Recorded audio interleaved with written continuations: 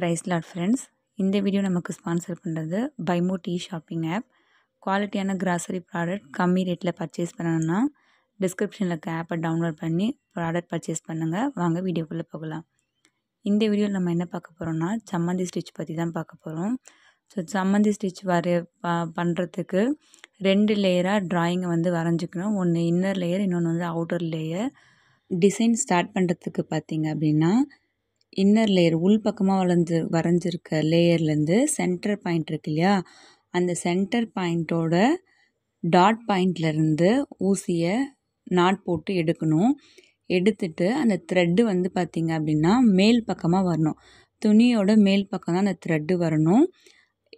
வரும்போது அந்த உள்வளைவு ஒன்று அரைஞ்சிருக்கீங்க இல்லையா, அதில் ஊசியை ஒரு குத்திட்டு அங்கேருந்து திருப்பி மேலே ஒரு லேயர் வரைஞ்சிருக்கீங்க பார்த்தீங்களா, அங்கேயும் பார்த்திங்கன்னா ஊசி மேல் பக்கமாக தான் வரணும்.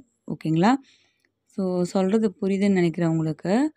சென்டர் பாயிண்ட்லேருந்து உள் வளைவுக்கு ஒரு லேயர் ஊசி எடுத்துட்டு அதிலேருந்து மேல் பக்கத்துக்கு மேலே ஒரு வளைவு வரைஞ்சிருக்கீங்க இல்லையா, அதோட மேல் பக்கத்துக்கு ஒரு வளைவு. அதாவது நீங்கள் ஊசியை நூல் ஊசிக்கு பின்னாடி பக்கம் போகணும் அப்படி ஞாபகம் வச்சுக்கோங்க. உள் வளைவில் நீங்கள் போடும்போது த்ரெட்டு ஊசிக்கு பின்னாடி பக்கம் போகணும். சரிங்களா? அதே மாதிரி மேல் லேயரில் போடும்போது ஊசியை சைட்லேருந்து எடுக்கணும். ஓகேங்களா? ஸோ அது ஒரு ஒய் ஷேப்புக்கு வரும். நீங்கள் பார்க்கும்போதே தெரியும் டிசைனில். ஸோ உங்களுக்கு வீடியோ நீங்கள் பார்த்தே இந்த டிசைனை ஈஸியாக போட்டுடலாம். ரொம்ப கஷ்டமான டிசைன்லாம் இது கிடையாது. ரொம்பவே சிம்பிளான டிசைன் தான். உள் வளைவுக்கு முன்னாடி பக்கம் வந்ததுன்னா மேல் வளைவுக்கு பின்னாடி பக்கம் போகும். ஸோ உள்ளே வெளியே ஜிக்ஸாக்காக வர மாதிரி இருக்கும் அதோட டிசைன் நீங்கள் பார்க்கும்போது. அதே மாதிரி மேல் பக்க வளைவில் எங்கேருந்து நீங்கள் டிசைனை ஸ்டார்ட் பண்ணுறீங்களோ அதே கேப்பில் தான் நீங்கள் அந்த ஊசியை குத்தி எடுக்கணும். அப்போ தான் அந்த ஒய் ஷேப்பு உங்களுக்கு கரெக்டாகவே வரும். சரிங்களா?